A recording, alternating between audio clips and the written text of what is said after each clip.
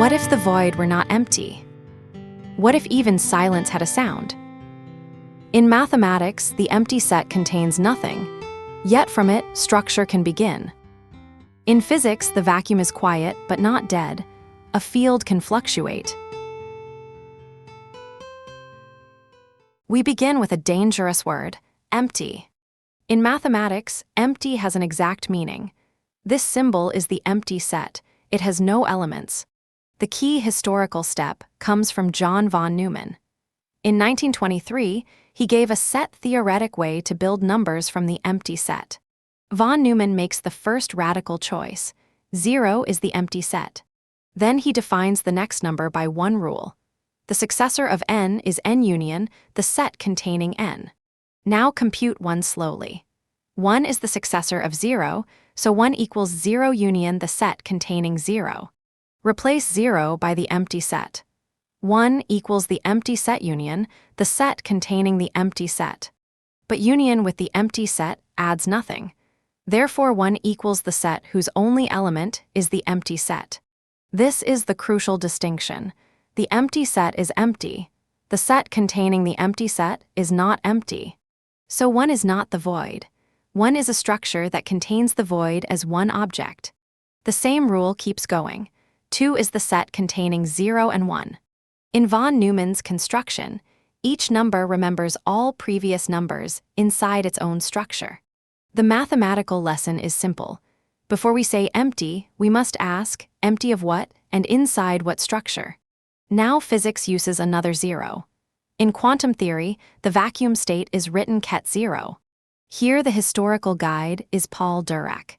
In 1928, his relativistic equation opened the door to antiparticles, partners with opposite charge.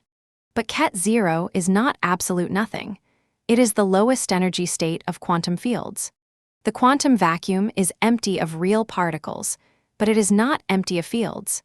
A classical object at minimum energy could be perfectly still. A quantum field cannot be perfectly still. Uncertainty leaves residual motion. Small fluctuations around the ground state now make the field visible as a line.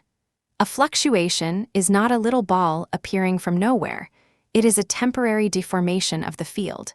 A useful visual image is a particle-antiparticle fluctuation. The two excitations appear together, with opposite quantum numbers, as two poles of one physical event. Without supplied energy, this is a visual language for field fluctuations, not ordinary particles flying from nothing. When real energy is supplied, a field can be excited.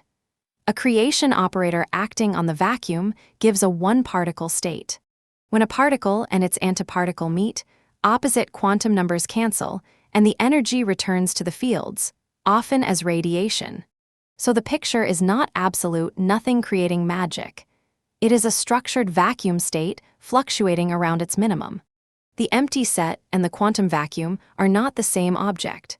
But the structural lesson is similar. In mathematics, emptiness is meaningful inside set structure. In physics, vacuum is meaningful inside field structure. There is a third level. Nagarjuna, around the 2nd century, made emptiness central to the Madhyamaka way of thinking. For Nagarjuna, emptiness does not mean non-existence. It means absence of independent essence. Things exist through causes, conditions, and relations. A number is defined by a construction. A particle is defined by a field state. A phenomenon is defined by relations. So the empty set is empty of elements. The quantum vacuum is empty of real particles. Emptiness in philosophy is empty of independent essence. The word is the same, but the absence is different. The real question is not simply, is it empty? The real question is, empty of what? Now the three pictures can meet. A number is a structure built from the empty set. A particle is an excitation of a field state. A phenomenon is a knot of relations. What looked like empty space is not a dead container. In quantum theory, it is a physical field state able to carry conjugate excitations, positive and negative, particle and antiparticle. The unity is not that mathematics, physics, and philosophy are identical.